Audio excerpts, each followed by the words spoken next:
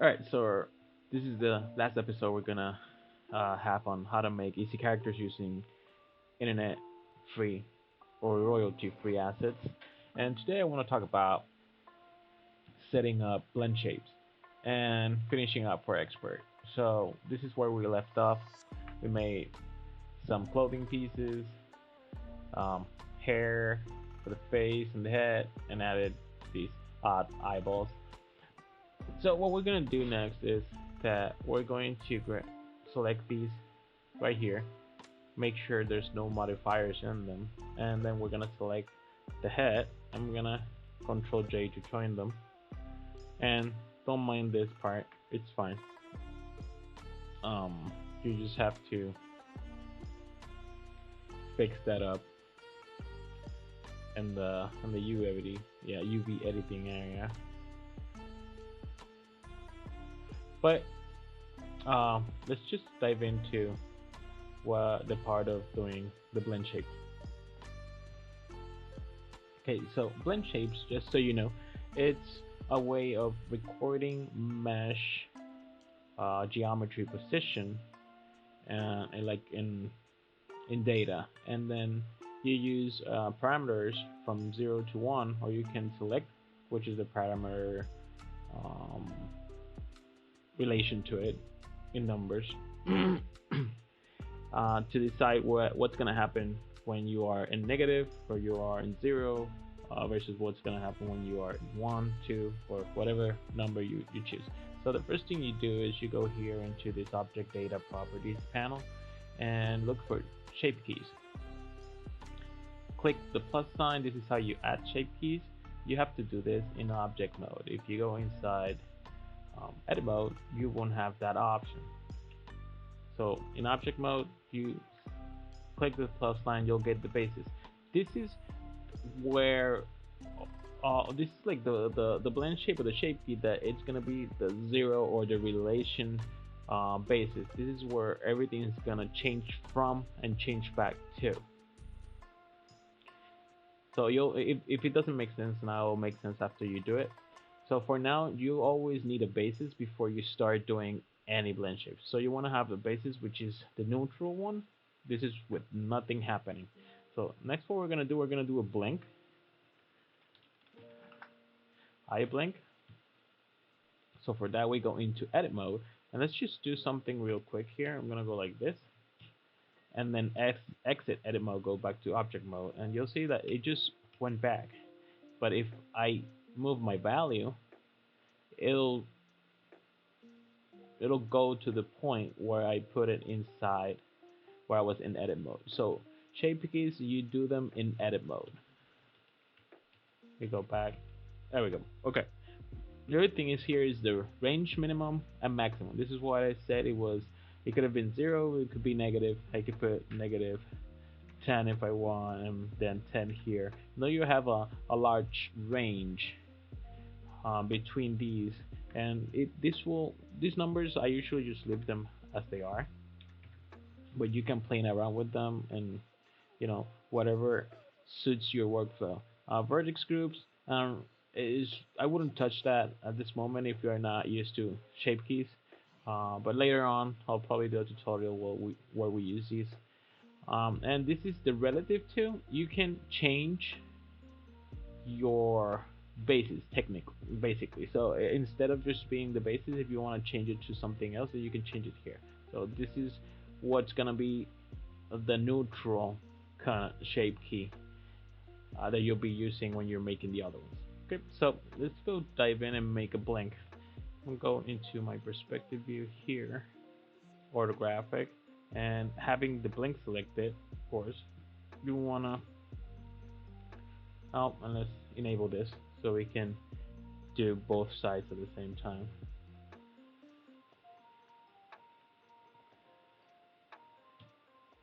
See if this is so. Sometimes when you are mirroring, some verdicts are not mirrored. The way you usually fix that is doing a mirror on the model itself, but sometimes it doesn't fix it. To be honest, I don't really know why, but let's try it. I just mirrored it, the shape key so I can apply it. Now let's see if that worked out. Yep, that worked out. Sometimes I believe is that the vertice the vertices location, rotation, and the scale is not exactly the same number, so that's why it doesn't do the mirror part. But we got that down, so let's go back to our shape keys, get the bases, make the link. Since I deleted them to be able to apply modifiers, you need to have either an asset, which I recommend you get if you are using Blender a lot. Just apply modifiers. It's called Shape Key Tool. You can apply modifiers and keep the shape keys. That's really good. It helps a lot. But if not, then you need to delete your shape keys before you can apply modifiers. Okay, so we got our blink. Let's go here. What I'm gonna do, I'm gonna grab these vertices, gonna G to move them, Z or Z to move it down. I'm gonna move it like so, this area here. And I'm gonna scale on the Z and kind of flatten that out. Perfect. And then I'm gonna grab the G key on the Y and pull it forward. Perfect.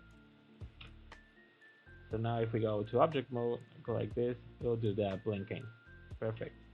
So of course we're gonna select these guys. Click one of the vertices, L to select the island, G to move on the Y. I'm gonna move these forward a little bit, G on the Z to move them down. And then we're gonna grab these other verts here. Grab G on the Z, move them kinda, I like to have the center ones almost to the middle, because when we do this part here, it'll meet them in the center. So that is good right there. Let's move this guy back in there.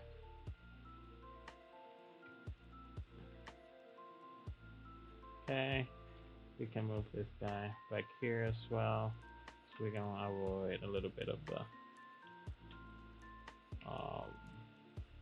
bird stretch here.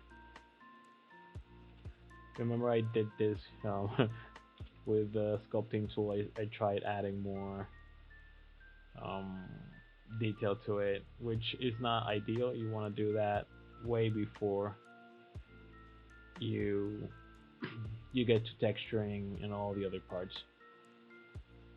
Let's move these here. Okay, so this is good enough. So right now, what I'm gonna do is I'm gonna grab this guy, move it a little bit forward, and then the eyeballs, we wanna add them as well. So I wanna apply the mirror and add them here, and then I can select with L the eyeballs and push them in a little bit, and then we have a blink. And again, you want to play around with how your mesh is. This is something I would probably spend another 10-15 minutes tweaking, making it better. Like for example, I would lower these a little bit more so that dark line or dark area kind of changes and meets uh, the other part of the eyelid. And just move these a little bit down, just for geometry's sake, and you get this as well. So that's technically how you do a blink shape. Super simple. Something that I encourage you to do is find a reference, because when the face moves or any part of the skin moves, it moves other pieces. For example, you see how the eyebrows come down. That's very realistic. You don't want to just do the eyelids and leave everything untouched. So the other thing I do to make it more organic is I go here and select mark these two. This is gonna pin it. It'll make it like it's to the maximum, but without actually touching the value. And this will kind of fix the vertices to a point that you can't modify them in edit mode. But if you go to sculpt mode, grab the tool, you can still modify things. So what I do is I grab the cheeks and pull them up a little bit, the nose, pull it up a little bit, kind of these corners here, lower this, and it depends on how you want the expression to be. You know, you can make a very detailed expression when you use your sculpt tool. And now if we go to edit mode and I go like this, you see how the cheeks, they go up, the nose, it goes up a little bit, so it has that nice realistic feel to it. So yep, that's basically how you do blend shape. Let's do another one, which we're gonna use the mouth for. So I'm gonna do ah. Ah is commonly used to make lip sync. So you have ah, the shape of the mouth opening, going like ah, and then you have o, and then you have ch, which is the sound like ch, and that those three will help you create a ton of multiple different mouth. How would I say that? Like mouth positions. So let's go into the ah and let's build that. So first thing I want to do is I'm gonna grab this with the L. I'm gonna put this up so I can see the other vertices. I think it will be there, be okay. And I'm gonna hit H to hide it because I don't want to deal with it at this point. So I'm gonna grab this bird, double G to move it along the axis, double G. Again, I'm gonna push this out. Grab with Alt, select this loop, double G to expand it out. Same Alt, select the loop, and double G to expand it out. Same. And to expand it out. And select these guys up here, move them up a little bit. Move these down. Okay. Now I have this selected. You can also use these tools to smooth that out. Move it out a little bit. And it all gets saved into a shape key, and when you go back to your bases, everything will be just fine. So at this point we have the teeth, they are closed, so we're gonna do the same thing. And if the teeth, let's apply this solidify and select this, join it, and now that we have teeth joined, we can move this up, select with the L, move it down, maybe a little bit down.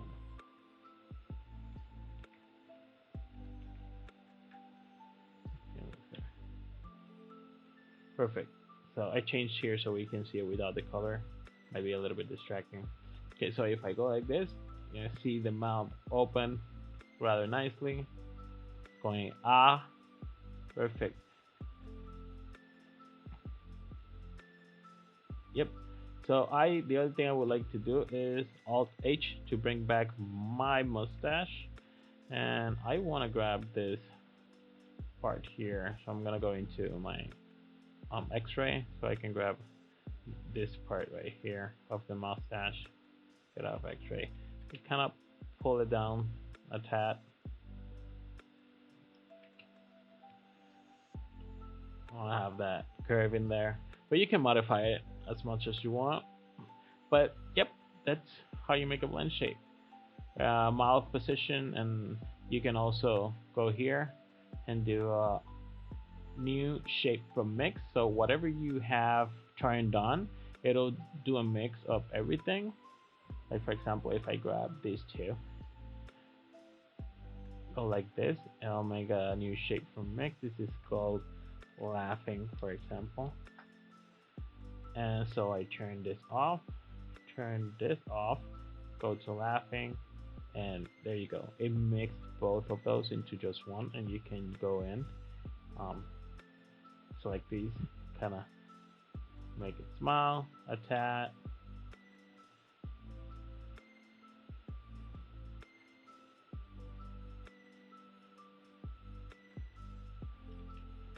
Cool stuff.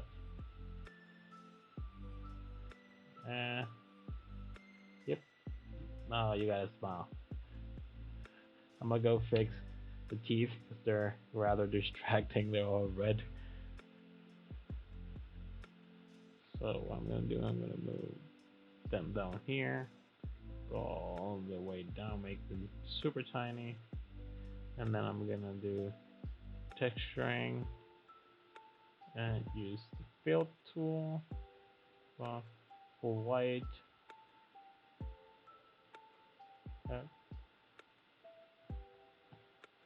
Perfect. Ah, we have that. Super nice. Yep.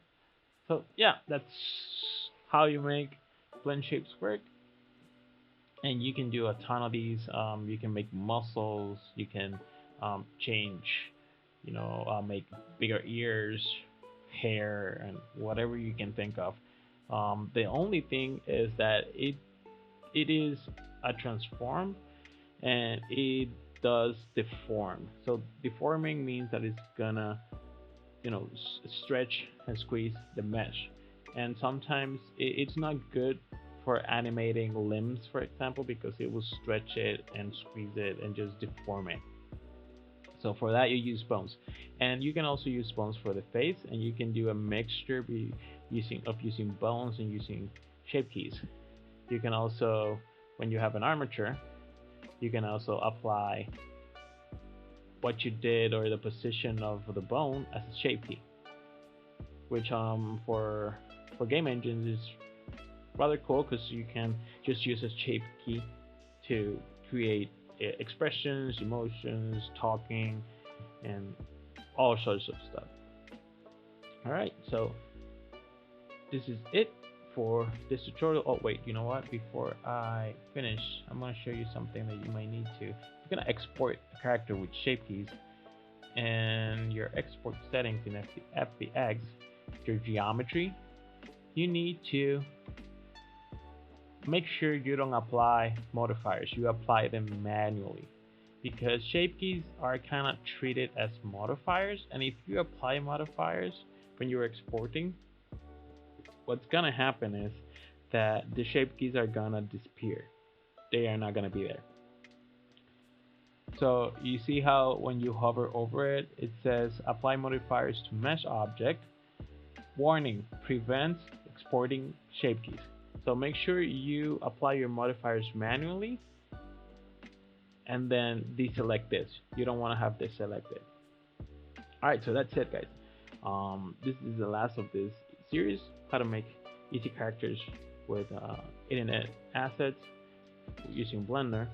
If you have any questions, just write them down in the comments or catch me in Discord.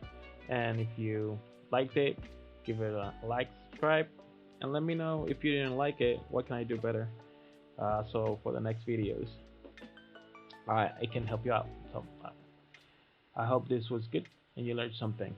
Cheers.